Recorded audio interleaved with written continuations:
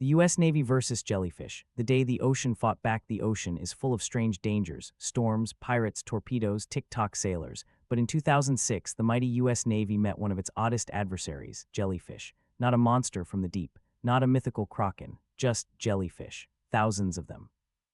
It happened off the coast of Brisbane, Australia, where the aircraft carrier USS Ronald Reagan, a 100,000-ton nuclear-powered Titan, made a routine port visit. Everything was calm. The ship's engineers went through the usual checklists, seawater systems humming away to cool the reactors, turbines, and electronics. And then the water stopped flowing properly. Indicators flickered, gauges dropped, cooling flow alarms went off. The culprit.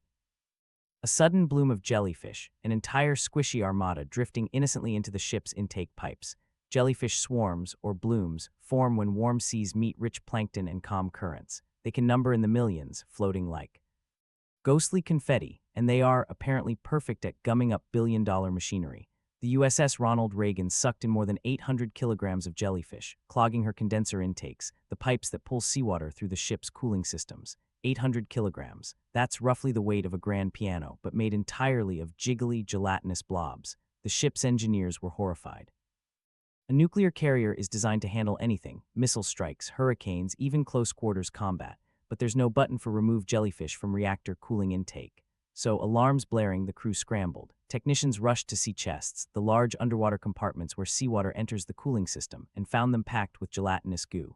Divers were deployed. Screens were cleaned by hand. Intake valves were flushed again and again. And in the meantime, the ship's captain ordered power reductions, a temporary slowdown, the Navy's most advanced warship was effectively disabled by jellyfish. This wasn't the first time such a thing had happened, nor the last. Coastal power stations and naval bases worldwide have faced shutdowns thanks to jellyfish blooms. In 2013, power plants in Japan, Israel, and Sweden all had similar incidents. Even nuclear submarines have been forced to suspend operations after jellyfish clogged their cooling systems. The problem, as naval engineers grimly admitted, is that ships and jellyfish like the same conditions: warm coastal waters, rich in nutrients. And the very systems designed to keep a warship alive, its cooling intakes, act like giant jellyfish vacuums.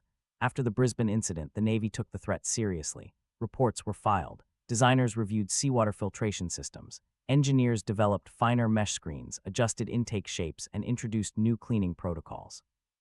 Naval bases began tracking jellyfish bloom seasons, a task now aided by oceanographic models and satellite data often shared through NOAA and marine research networks. Today, when a U.S. Navy ship enters a jellyfish-prone area, it's not just enemy submarines on the radar. It's also the slimy drift of potential jellyfish hazards. The jellyfish, of course, have no idea they're waging war. They just float, eat plankton, multiply, and occasionally they bring entire warships to a halt. The story of the USS Ronald Reagan's jellyfish encounter became legendary among sailors, an absurd reminder that the ocean doesn't care how powerful your reactor is. If it decides to send in a billion blobs of squishy chaos, all your engineering might is suddenly a bit soggy. One engineer later joked that the ship's crew had fought with tentacles, not torpedoes. But in truth, the jellyfish didn't lose, they forced change. They made one of the world's most advanced navies rethink how to live with the ocean, rather than simply dominate it. And that's the real moral of this story. In the endless contest between nature and technology, the scoreboard is never final.